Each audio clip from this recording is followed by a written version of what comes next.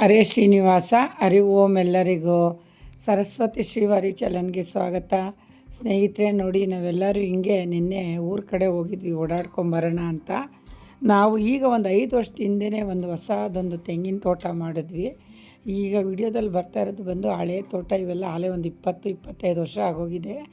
ರೀಸೆಂಟಾಗಿ ಒಂದು 5 ವರ್ಷದಿಂದ ಒಂದು ಹೊಸ ತೋಟ, ಒಂದು 150-160 ಸೊಸಿನ ಹೊಸದಾಗಿ ನಾವೇ ಮನೆ ಮಕ್ಕಳು, ನಮ್ಮ ನಾದಿನಿ ಮಕ್ಕಳುಗಳು ಎಲ್ಲರೂ ಸೇರಿ, ನಮ್ಮದೊಂದು ದೊಡ್ಡ ಕುಟುಂಬನೇ ಊರಲ್ಲಿ, ಎಲ್ಲ ಒಂದು 10 ಸಾಲನ್ನ ಹಂಚ್ಕೊಳ್ತಾರೆ ಹಾಕ್ಬಿಟ್ಟು ನಾವುಗಳೇ ಪುಟ್ಟಾಗಿ ಅಂದರೆ ಗುಂಡಿಯೆಲ್ಲ ತೋಡಿದ್ರು.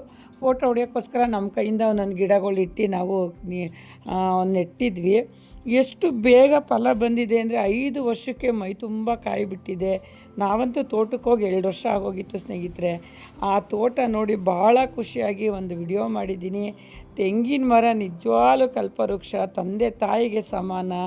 ಅದು ಅಂಥದ್ದೊಂದು ಮರ ಸಾಕಿದ್ರೆ ನೋಡಿ, ನಮ್ಮ ಸಂಸಾರನೇ ಅವು ಸಾಕ್ತವೆ. ಮಕ್ಕಳು ಸಾಕ್ತಾರೋ, ಗಂಡ ಸಾಕ್ತಾರೋ, ಇಲ್ಲ ಅಣ್ಣ ತಮ್ಮದಿರು ಸಾಕ್ತಾರೋ ಗೊತ್ತಿಲ್ಲ, ಆದರೆ ಒಂದು ಮರ ಮಾತ್ರ ನಮ್ಮನ್ನು ಸಾಕ್ತದೆ ಅನ್ನೋದು ಭಾಳ ಸತ್ಯವಾದಂಥ ಮಾತು.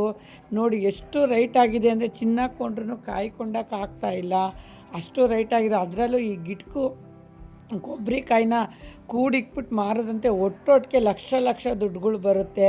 ಈ ತೆಂಗಿನಕಾಯಿ ಮಾರೋರು ಏನಂದರೆ ಒಂದು 25-30 ಸಾವಿರ ಈ ಥರ ಚಿಲ್ಲರೆ ತೊಗೋತಾರೆ. ಅದು ಲಾಟ್ ಕೊಡೋದಾದರೆ ಅಷ್ಟೇ ಬರುತ್ತೆ. ನಮ್ಮ ಹಳೆ ಒಂದು 150-200 ಸಸಿದ್ದು ಹೊಸ್ದಾಗಿ ಒಂದು 150 ಹಾಕಿದ್ದೀವಿ. ಭಾಳ ಖುಷಿ ಆಯಿತು ನೋಡಿಬಿಟ್ಟು. ನಾವಂತೂ ಅಡ್ಡು ಬಿದ್ದು ನಮಸ್ಕಾರನೇ ಮಾಡಿಬಿಟ್ಟು, ಅಷ್ಟು ಚಿಕ್ಕ ವಯಸ್ಸಿಗೆ ಅಷ್ಟೊಂದು ಕಾಯಿ ಬಿಟ್ಟಿದೆ ಸ್ನೇಹಿತರೆ. ನಮ್ಮ ತೋಟನ ನೀವು ಎಲ್ಲರೂ ಒಂದು ಸರಿ ನೋಡಿ.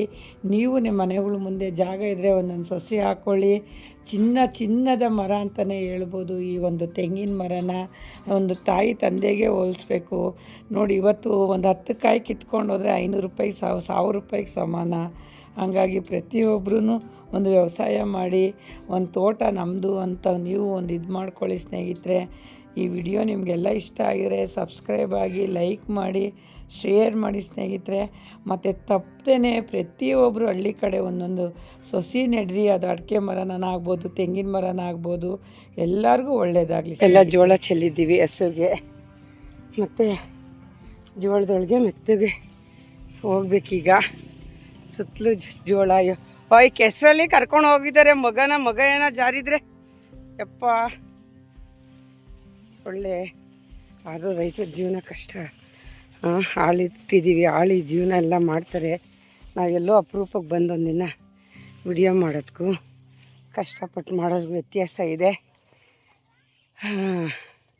ನೋಡಿ ಸ್ನೇಹಿತರೆ, ಇದು ಹೊಸ ತೋಟ. 5 ವರ್ಷ ಆಗಿದೆ ತೆಂಗಿನ ಸಸಿಗಳೆಲ್ಲ ಹಾಕಿ. ನೋಡಿರಿ ಹಿಂಗಿದೆ ತೋಟ. ಹಿಂಗೆ ಮಡಗಿದ್ದಾರೆ, ಹಂಗೆ ಇದ್ದಂಗಿದೆ ತೋಟ ಮಾತ್ರ. ಈ ಸಸಿಗಳೆಲ್ಲ ಒಂದೊಂದು ಸಾಲು ಅಂತ ಹಚ್ಕೊಂಡು ನಾನು ನನ್ನ ಮಕ್ಕಳು ಆಳೇನು ಕರ್ಕೊಂಡಿರಲಿಲ್ಲ ತೆಂಗಿನ ಗಿಡ ಹಾಕೋಕ್ಕೆ. ನಾವೇ ಎಲ್ಲ ಖುಷಿಯಾಗಿ ಸೇರಿಕೊಂಡು ಹಾಕಿದ್ವಿ. ತುಂಬ ಚೆನ್ನಾಗಿದೆ. ಕೈಗೆ ಇಟ್ಕೋ ಥರ ಎಳ್ಳೀರು ಬಂದಿದೆ ನೋಡಿ. ಇಟ್ಕೋ ಥರ ಕೈಗೆ ಇಟ್ತಾಯಿದೆ ಎಳ್ಳೀರು. ಮುದ್ದಾಗಿದೆ ಈ ತೋಟ, ಈ ಗಿಡ ಮರ ನಾವು ಬೆಳೆದಿದ್ದು ಅಂತ ಎಷ್ಟು ಖುಷಿ ಆಗುತ್ತೆ ನೋಡಿರಿ. ಕಾಯಿ ಬಿಟ್ಟಿದೆ, ಎಷ್ಟು ಚೆನ್ನಾಗಿ ಬಿಟ್ಟಿದೆ ನೋಡಿ. ನಮ್ಮ ಮಗ ಎಳ್ನೀರು ಕಿತ್ಕೊಡ್ತಾ ಇದ್ದಾನೆ ಅಲ್ಲೇ. ತುಂಬ ಚೆನ್ನಾಗಿದೆ ನಂದಿನಿ. ಇದು ನೋಡು, ಕೈಗೆ ಸಿಗುತ್ತೆ ಎಳ್ನೀರು, ತೆಂಗಿನಕಾಯಿ ಎಲ್ಲ ಎಷ್ಟು ಚೆನ್ನಾಗಿದೆ. ಎಲ್ಲ ಅವರು ನಾವು ಅಂತ ಹಂಚ್ಕೊಂಡು ತೋಟ ಮಾಡಿದ್ವಿ. ಖುಷಿ ಆಗುತ್ತೆ ನೋಡಿ ಸ್ನೇಹಿತರೆ. ಇಲ್ಲಿ ತೆಂಗಿನ ಮರ ಎಲ್ಲ ನಾವು ನನ್ನ ಮಕ್ಕಳು ಎಲ್ಲರೂ ಸೇರಿ ಹಾಕಿದ್ದು. ಈ ತೆಂಗಿನ ಗಿಡದ ಹತ್ರ ನೋಡಿರಿ ನಿಂತಿದ್ದಾಳೆ. ನೋಡಿರಿ ಸ್ನೇಹಿತರೆ, ಈ ತೆಂಗಿನ ಮರದ ಹತ್ರ ನಿಂತಿದ್ದಾಳೆ. ಇದು ಇವಳು ಹಾಕಿದ ಗಿಡ ಅಂತೆ. ಒಂಬಾಳೆ ಬಂದಿದೆ. ಮತ್ತು ಇಲ್ಲಿ ನೋಡಿ, ಇಲ್ಲಿ ನೋಡಲಿಲ್ಲ ನಂದು ನೀನು. ನೋಡಿರಿ ಎಷ್ಟು ಚೆನ್ನಾಗಿ ಕಾಯಿ ಬಿತ್ತಿದೆ. ಎಷ್ಟು 5-6 ವರ್ಷ ಆಗಿದೆ ಅಷ್ಟೇ. 5ನೇ ವರ್ಷಕ್ಕೇ ನೋಡಿ ಸ್ನೇಹಿತರೆ ಗುದಿಯಾಗಿ ಕಾಯಿ ಬಿದ್ದಿದೆ. ಅಲ್ಲ ತೋರಿಸ್ತೀನಿ ಆಮೇಲೆ. ಹಂಗೆ ನಾವು ಹಾಕಿದ ಮರ, ನಾವಿಲ್ಲ ಅಂದರೂ ನಮ್ಮ ಮರಗಳು ಇರ್ತವೆ 100 ವರ್ಷ. ನೋಡಿ ಸ್ನೇಹಿತರೆ, ಹಂಗೆ ನೀವು ಎಲ್ಲ ಗಿಡಗಳನ್ನ ಹಾಕ್ರಿ, ಫಲ ತಗೊಳ್ಳಿ, ತಿಂದ್ರಿ. ಇವಾಗ ಒಂದೊಂದು ಕಾಯಿ ಬಂದು 80-90 ರೂಪಾಯಿ ಆಗಿದೆ. ಎಳ್ಳೀರು ಬಂದು 60-70 ರೂಪಾಯಿ ಆಗಿದೆ. ಹಂಗಾಗಿ ಈ ಗಿಡಗಳೆಲ್ಲ ನೋಡಿ ನಾವು ಹಾಕಿದ್ದು ಅಂತ ಹೇಳ್ದು ನೋಡಿ, ಎದುರುಗಡೆ ಕಾಣ್ತದಲ್ಲ ಆ ತೋಟನೂ ನಮ್ಮದೇ. ಬಾಳೆ ತೋಟ ಬಿಟ್ಟು ಎಲ್ಲ ಉಳಿಸಿ ನೀಟಾಗಿ ಮಾಡಿದ್ದಾರೆ ನೋಡಿ ಸ್ನೇಹಿತರೆ. ಎಲ್ಲ ಒಳ್ಳೆಯದಾಗಲಿ. ಕೀಳೂನು ಪೂಜೆ ಮಾಡಿದ್ದಲ್ಲ ಅದಕ್ಕೆ ಪೂಜೆ ಮಾಡಿದ್ದಾರೆ ಅಷ್ಟೇ ವರ್ಷ.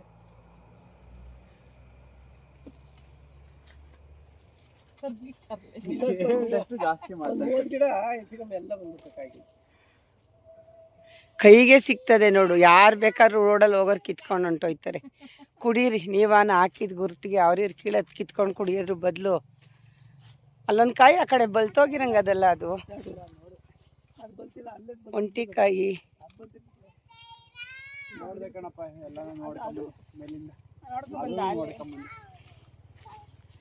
ಇನ್ನೊಂದು ವರ್ಷಕ್ಕೆ ಗಿಡ ಮೇಲೆ ಹೊಂಟೋಗ್ಬಿಡುತ್ತೆ ಮರ. ಈಗ ಕೈಗೆ ಸಿಗ್ತಾ ಇರೋದ್ರಿಂದ ಆರಾಮಾಗಿ ಕೀಳ್ತಾ ಇದ್ದೀವಿ.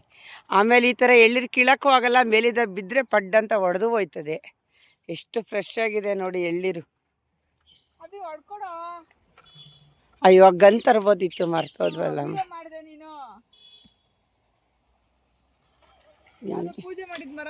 ನೋಡ್ತೀನಿ ತಡಿಯೋ ಯಾವುದು ಪೂಜೆ ಮಾಡಿದ್ದು. ಓ, ಈ ಮರಕ್ಕೆ ನಾನು ಮೊದಲೇ ಪೂಜೆ ಮಾಡಿದ್ದು.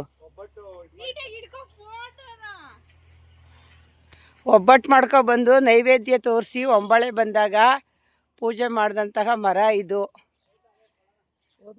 ಹೋದ ವರ್ಷ ಒಂಬಾಳೆ ಫೋಟೋ ಇದ್ರೆ ಅದನ್ನು ಹಾಕೋಣ ನೋಡಿ.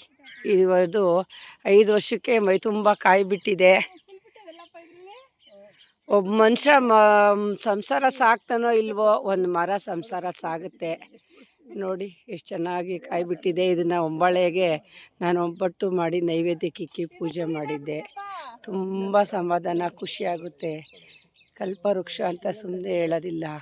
ಇದರಿಂದ ಪ್ರತಿಯೊಂದು ನಾರಿಂದ ಗರಿಯಿಂದ ಪ್ರತಿಯೊಂದು ಉಪಯೋಗಕ್ಕೆ ಬರುತ್ತೆ ನೋಡಿ ಸ್ನೇಹಿತರೆ.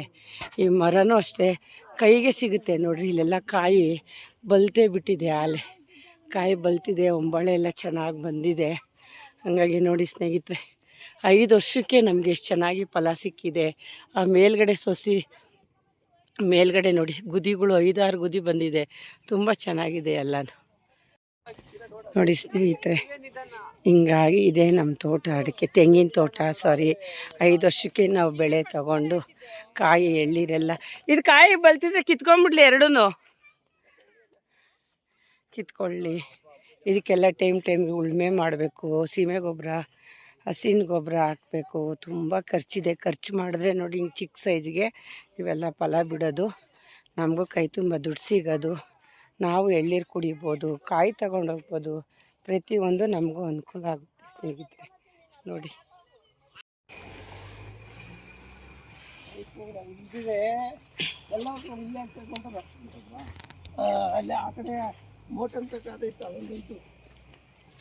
ಭೂಮಿ ಮಾತ್ರ ಟೊಳ್ಳಾಗದು ಇವಾಗ.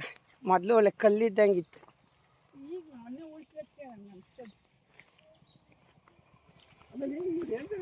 ಸ್ನೇಹಿತರೆ ಎಲ್ಲ ನಮ್ಮ ತೋಟನೇ ನೋಡಿದ್ರೆ ಸ್ನೇಹಿತರೆ, ನಮ್ಮ ತೋಟನ ಎಷ್ಟು ಚೆನ್ನಾಗಿದೆ ನೋಡಿ. ಒಂದು ಸಂಸಾರನ ಹೆಂಗೆ ಒಂದು ನಿಭಾಯಿಸ್ಬೇಕು ಅದೇ ಥರನೇ ತೋಟಗಳನ್ನು ಟೈಮ್ಗೆ ನೀರು, ಗೊಬ್ಬರ ಒಂದೆಲ್ಲ ಕೊಡ್ತಿದ್ರೇ ಅವು ಚೆನ್ನಾಗಿ ಒಂದು ಫಲ ಕೊಡೋಕ್ಕೆ ಸಾಧ್ಯ. ಸಂಸಾರನೂ ಅಷ್ಟೇ ಸ್ನೇಹಿತರೆ.